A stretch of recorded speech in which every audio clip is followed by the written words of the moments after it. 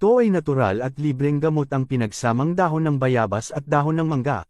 Ito ay mabisa at epektibong gamot sa malalang yeast infection. Ano nga ba ang yeast infection?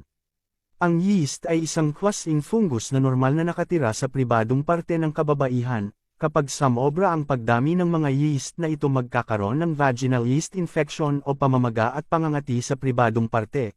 Tinatawag din itong vaginal candidiasis, sintomas ng yeast, pangangati sa vagina o vulva, mahapding pakiramdam habang nakikipagtalik, pamumula, pananakit, at may yellowish na parang keso.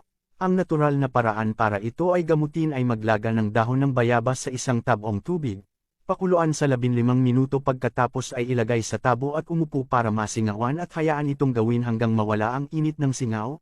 Sa ganitong paraan ay matutulungan malunasan ang pangangati dahil pinupuksan nito ang mga fungus na nagiging sanhi ng pamamaga at pangangati, at para guminhawa ang nararamdaman, pagkatapos ay inumin ang dahon ng mangga na pinakuluan sa 3 basong tubig sa loob ng 3 minuto.